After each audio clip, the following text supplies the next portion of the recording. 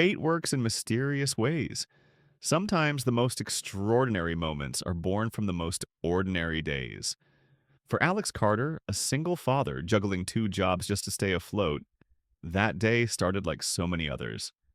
A broken sink, unpaid bills, and one more promise to his daughter that he wasn't sure he could keep. But by nightfall, his life would change forever. The alarm buzzed in the dark of early morning. Alex rolled over, groaning softly, and silenced it with a practiced hand. He didn't want to wake his daughter, Sophie, still curled under the covers in the room across the hall. It was 5 a.m. He sat on the edge of the bed, rubbing sleep from his eyes. His brown hair was a mess, his shoulders already heavy with the weight of the day ahead. His wife, Sarah, had died 3 years ago. Cancer. And since then, every morning had started like this, quietly, mechanically, with just one thought. We'll figure it out. We always do. In the small kitchen, Alex started the coffee maker, then stared at the stack of bills. Electric, overdue. Rent, due in 3 days. Sophie's school trip, $50 still missing. He pulled on his blue coveralls and the uniform of Carter Plumbing, the business he'd inherited from his father. It wasn't thriving, not anymore. Not in a world where big corporations crush the little guys. But it was all he had. At 5:30, he climbed into his rusty pickup. The dashboard rattled. A photo of Sophie was taped to the vent. His first call, a leaky pipe in a wealthy neighborhood, the kind of job that might actually help cover groceries this week. As he drove through the quiet Portland streets, the radio crackled to life. A reporter's voice. Tonight's gala at the Bennett Estate is expected to raise millions for children's hospitals. Olivia Bennett. The name was familiar. Billionaire, CEO, private, untouchable. Alex snorted under his breath. Must be nice. He turned toward Mrs. Miller's house, unaware that fate had other plans. The sun hadn't yet risen over Crescent Hill, but Olivia Bennett was already awake. She stood by the floor-to-ceiling windows of her home office, coffee in hand, looking out over the perfectly manicured gardens of her family estate. At 36, Olivia was a vision of strength and elegance. Tall, auburn-haired, with sharp green eyes that could silence boardrooms and charm reporters in equal measure. Despite her success, this morning felt heavy. Her mother's annual charity gala was tonight, a tradition Olivia kept alive since Catherine Bennett passed away 2 years ago. This year, the event would support children's hospitals, a cause close to her heart, especially after Grace's heart condition at birth. Yes, Julia, I'll be down in a minute, Olivia said softly. She glanced once more at the swing set in the distance, where Grace and Noah would soon be playing. At 3:15, Alex pulled up outside Portland Elementary School in his dusty old truck. He hadn't planned to pick up Sophie today. A canceled job freed up his afternoon. Sophie spotted him first. "Dad, you're here!" she cried, running to him with a grin that lit up her whole face. Alex smiled, kneeling for a hug. "Got lucky with my schedule, kiddo. How was school?" As they drove, Sophie chattered about her day. Bubblegum ice cream, science class, a drawing she made of a dinosaur riding a scooter. Alex tried to focus, but his mind drifted to the rent, the bills, the night shift ahead at Reynolds Hardware. "Sophie, can we get ice cream, please? Tyler says the new place has bubblegum flavor." Alex glanced at the gas gauge, nearly empty. $50 still missing for her field trip. But that smile? You know what? That sounds like a great idea. After hours of meetings and gala prep, Olivia finally escaped to her children. Grace and Noah had built a towering blanket fort in the playroom with their nanny, Mrs. Whitaker. "Mommy!" They squealed in unison, rushing into her arms. "We're building a space castle," Noah said proudly. "With dragons," added Grace. Olivia laughed softly. "Why not both? A space princess who tames dragons sounds amazing to me." For 20 minutes, the billionaire CEO crawled through tunnels of blankets and defended cardboard walls, her designer suit now dusted with pillow fluff. Then, a soft knock on the door. "Miss Bennett, the caterers need you," Julia called from the hallway. "I'll be right there," Olivia replied, hugging the twins tight. As she left, she heard Noah ask, "Can we roast marshmallows in our castle?" "No fire in the house, dear," said Mrs. Whitaker with a chuckle, "but we can pretend." By 6 p.m., dark clouds had begun to gather above Portland. Alex finished his last job late, soaked in sweat and sawdust. He still had one more delivery to make, parts for a hardware store across town, before heading home to Sophie. But just as he started the engine, the rain began. Not drizzle, a downpour. Visibility dropped fast. Headlights blurred. Windshield wipers couldn't keep up. He turned down a narrow side road to avoid traffic. Then it happened. The screech of tires. A flash of orange. Smoke. A fire? He slowed, then slammed the brakes. The Bennett estate. The front hedge was in flames. Lightning must have struck a tree. And beyond the gate, smoke poured from the side of the house. Without thinking, Alex jumped from the truck and ran toward the gate. Inside, Olivia was trying to stay calm. "Grace! Noah!" she shouted, rushing down the hall. Mrs. Whitaker had gotten the kids out of the playroom, but one of the bedrooms was filling with smoke fast. Olivia grabbed a wet towel, wrapping it around Noah's shoulders, and tried to guide them out.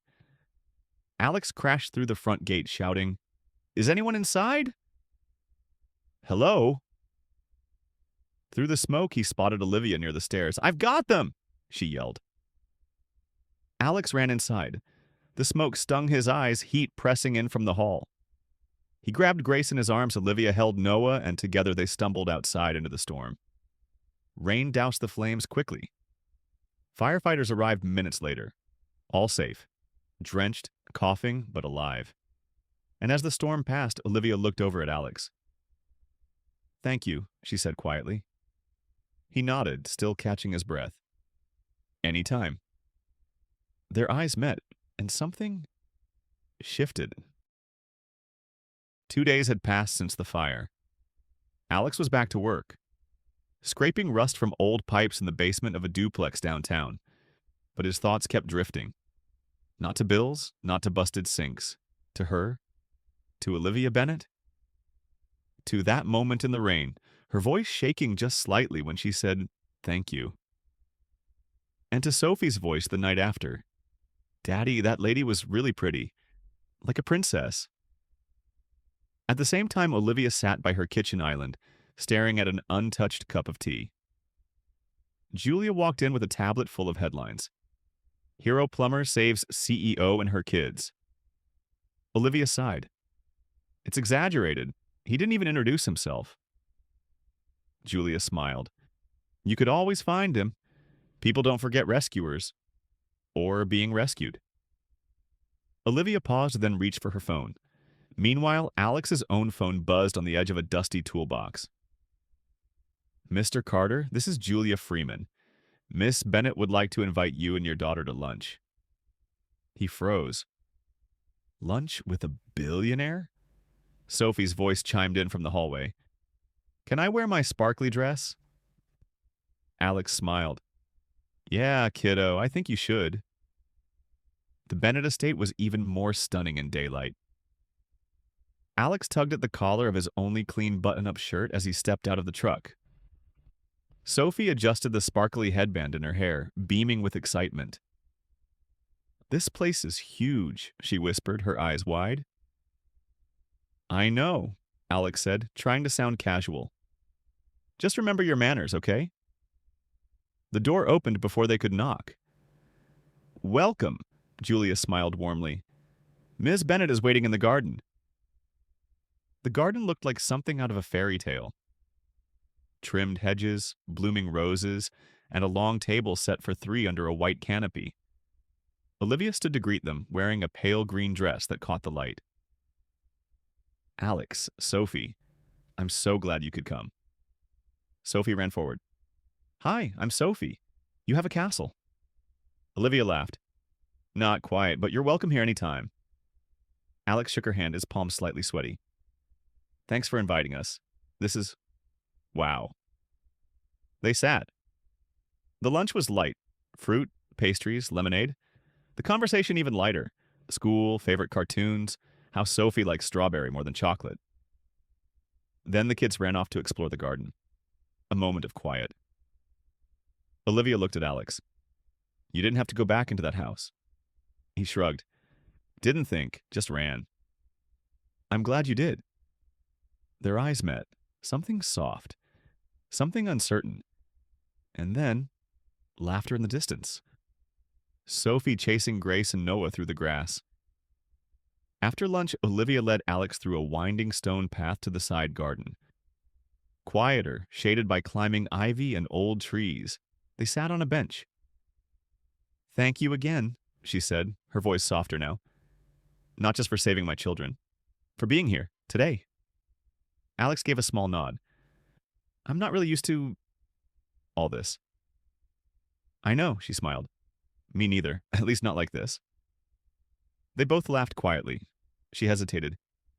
There's something else I'd like to ask. Alex raised an eyebrow. I've been thinking.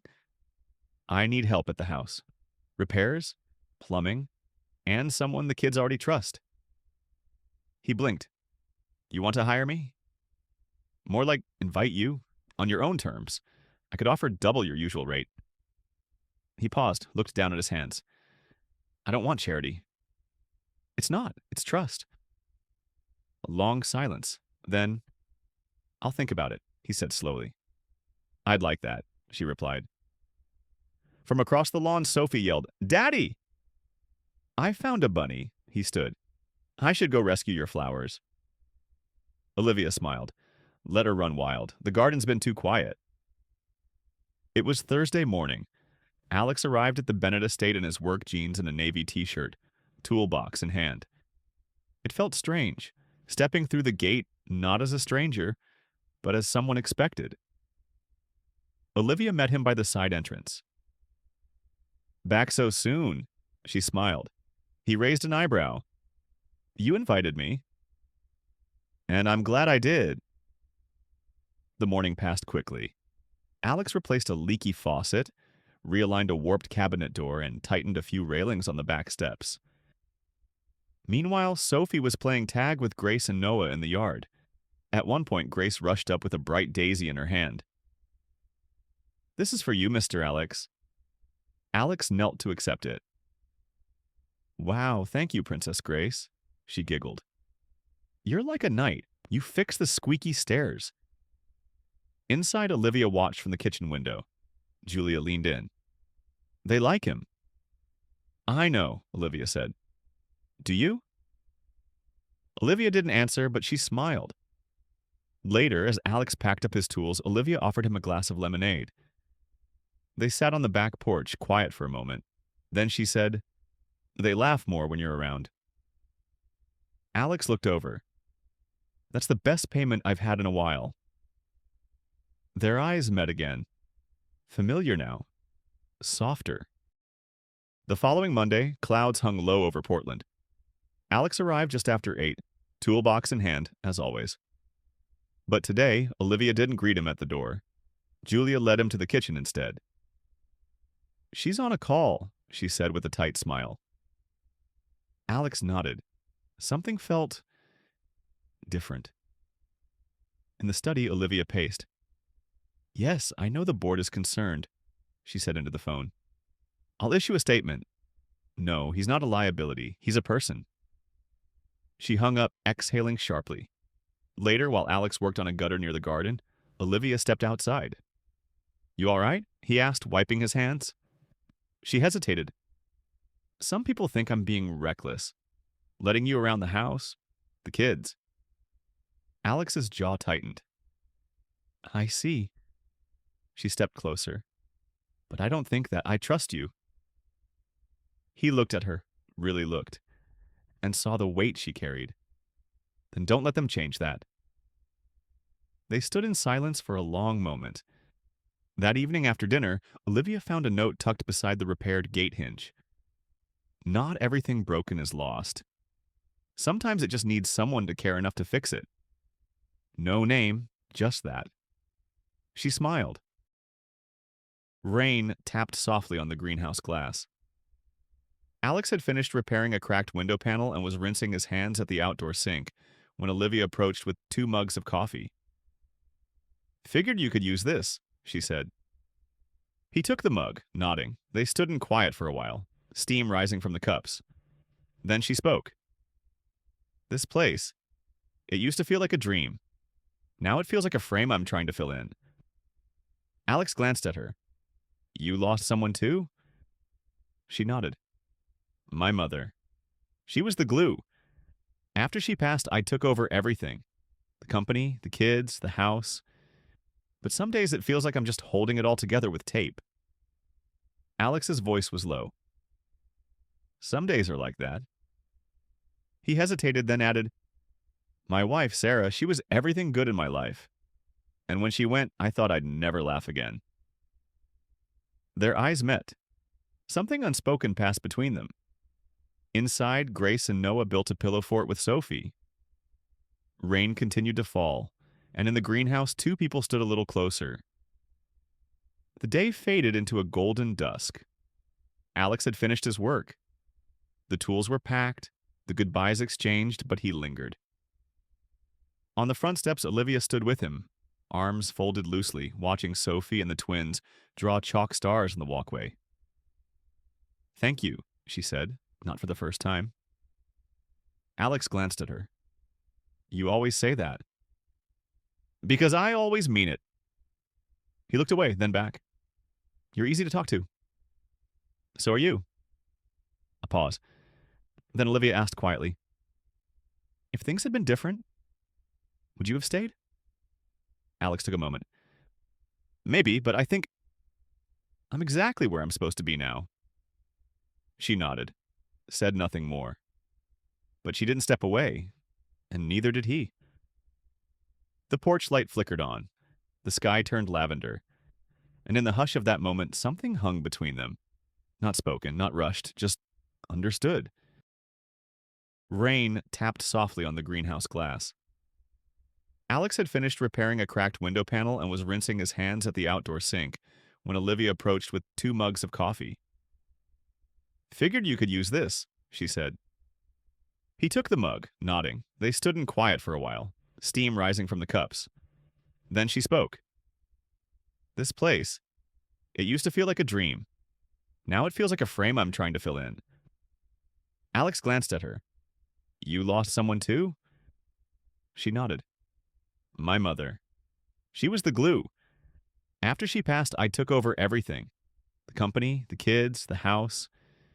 But some days it feels like I'm just holding it all together with tape. Alex's voice was low. Some days are like that. He hesitated, then added, My wife, Sarah, she was everything good in my life. And when she went, I thought I'd never laugh again. Their eyes met. Something unspoken passed between them. Inside, Grace and Noah built a pillow fort with Sophie. Rain continued to fall, and in the greenhouse 2 people stood a little closer. The day faded into a golden dusk. Alex had finished his work. The tools were packed, the goodbyes exchanged, but he lingered. On the front steps, Olivia stood with him, arms folded loosely, watching Sophie and the twins draw chalk stars in the walkway. Thank you, she said, not for the first time.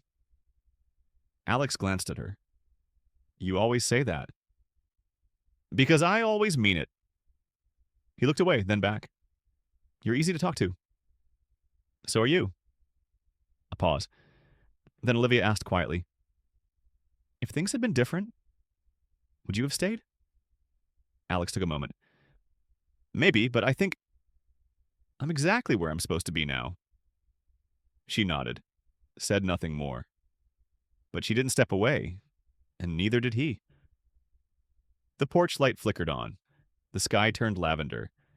And in the hush of that moment, something hung between them. Not spoken, not rushed, just understood. Morning sunlight streamed through the kitchen windows. Olivia poured 2 cups of coffee without thinking, and only realized when she turned around and found Julia smirking. "He's not here yet," Julia said gently. "I know." But she didn't pour the second cup back. Across town, Alex tied Sophie's shoes as she sat on the tailgate of the truck. "Are you nervous?" she asked. He blinked. "About what?" "You know, her." Alex looked at his daughter, then smiled. "Maybe, but not in a bad way." At the estate, the twins ran to greet them. Grace tugged at Sophie's hand.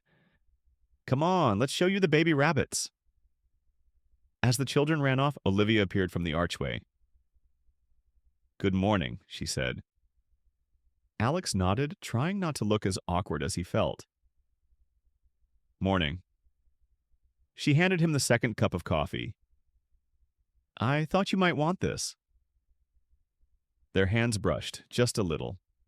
Enough. That afternoon, the children played inside while a gentle rain fell outside. Alex sat at the kitchen island, turning a screwdriver slowly in his hand. Across from him, Olivia flipped through a folder of documents, but neither was focused. Finally, she closed the folder. "You ever think about what's next?" Alex looked up. "For me?" She nodded. He exhaled. "Sometimes, not often. It's easier to just keep moving." "And if you stopped?" He gave a small smile. "Then I'd have to admit I want something more than just getting by." Olivia rested her hands on the marble counter. "I know that feeling." They locked eyes. The sound of children's laughter echoed down the hallway. "I should check on them," Olivia said. Alex nodded, but neither of them moved. In that pause, in that silence, in that stillness, everything was closer than it had ever been, and still, not yet spoken. The kids were finally asleep. The house, for once, was still. Olivia poured 2 glasses of wine and joined Alex out on the veranda. The sky was dark, the stars just starting to show. They didn't speak at first. Then, "I forgot how quiet this place can be," she said. "It's nice," he replied. "Not something I get a lot of." She glanced over. "You always this calm?" Alex smiled faintly. "Number just different around you." That made her pause. "In a good way?" "In the only way that makes sense." The silence between them wasn't awkward. It was full. Full of things neither was ready to say. Yet. Alex stood to leave. "I should head out." Olivia stood too, slowly. He hesitated. Then she said barely above a whisper, "Stay a little longer." He did. Inside the house, dim lights glowed like lanterns. Alex and Olivia sat on the floor near the fireplace, a blanket between them, the last of the wine in their glasses. They talked about little things, books they hadn't finished, dreams that never made it past high school. And then the conversation faded again into stillness. Outside, a light breeze stirred the trees. Olivia looked at him. "Do you miss her?"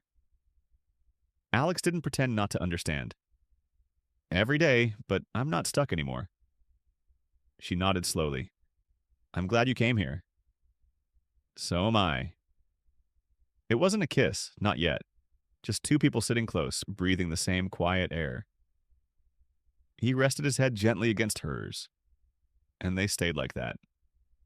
For a long time. Morning broke gently over the Bennett estate. Alex stood in the kitchen, barefoot, sipping coffee from a ceramic mug that wasn't his.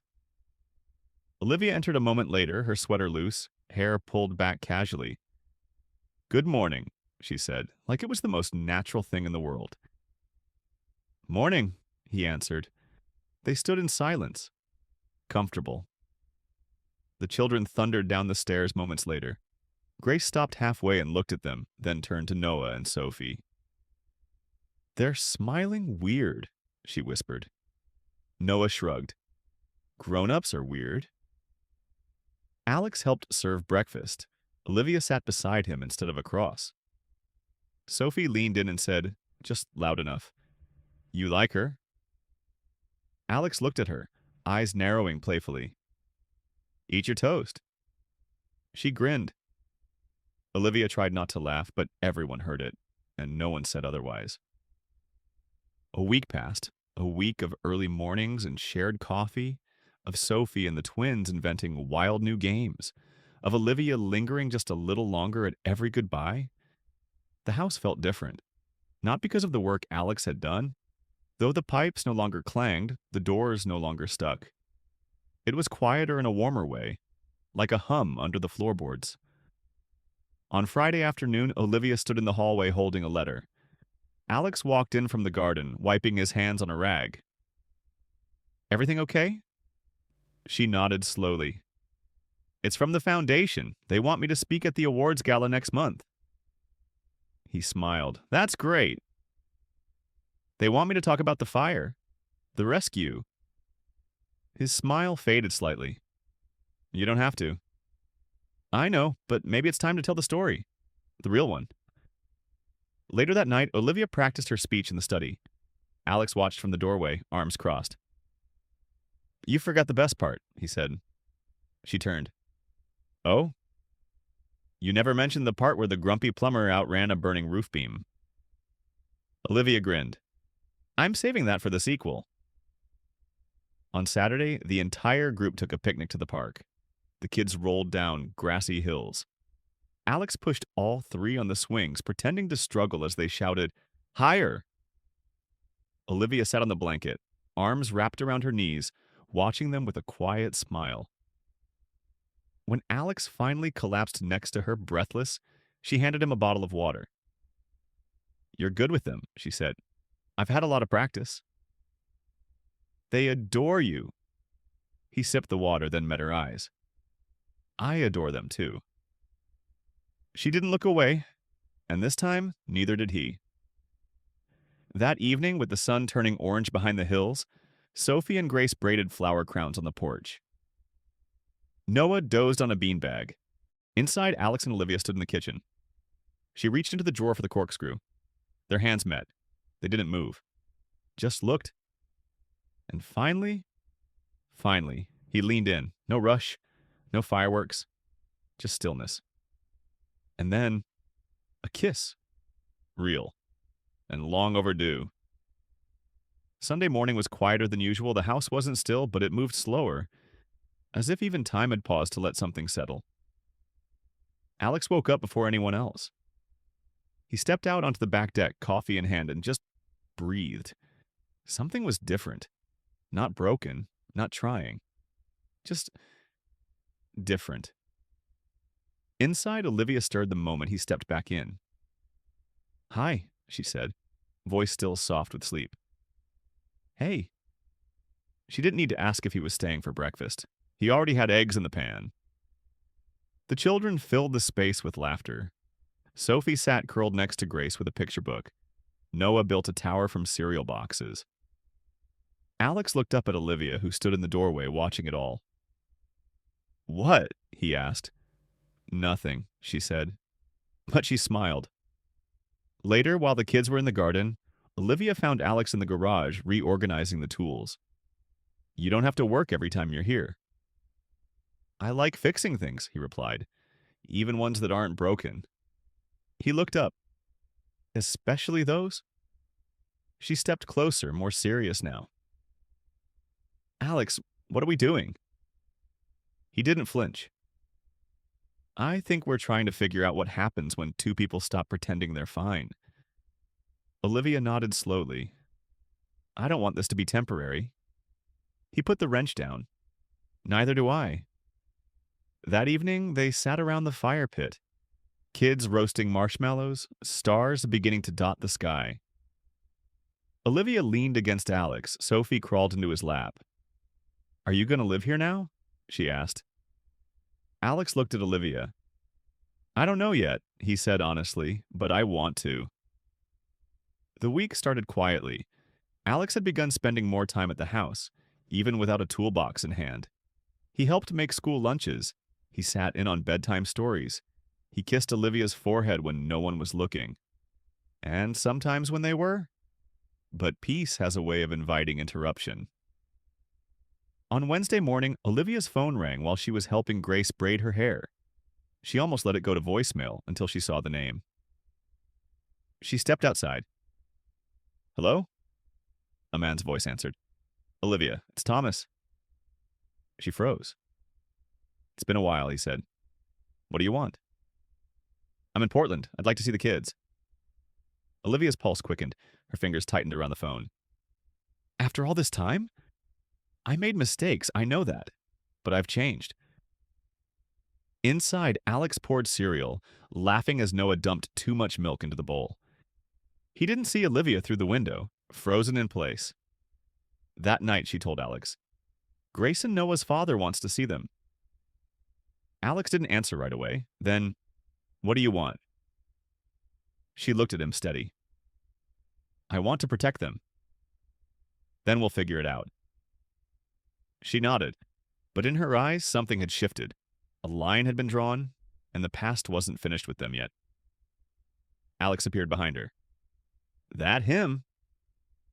She nodded. "I'll take the kids out back," he offered. Number. "They should see me with him." She walked down the drive slowly. Thomas straightened when he saw her. He hadn't aged badly. He hadn't aged enough. "Hi," he said. "Thomas. I didn't expect you to come out alone." "I didn't expect you to come at all." He shifted awkwardly. "I've been sober 2 years." "I know. I checked." He blinked. "You did?" "I don't let just anyone near my children." He looked toward the house. "I just want a chance." She folded her arms. "One, not two, not three." "I understand." From the back porch, Alex stood with Sophie, watching through the trees. "She okay?" she asked.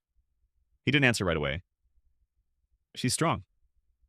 That evening, Grace asked, "Was that my dad?" Olivia knelt down. "Yes, sweetheart."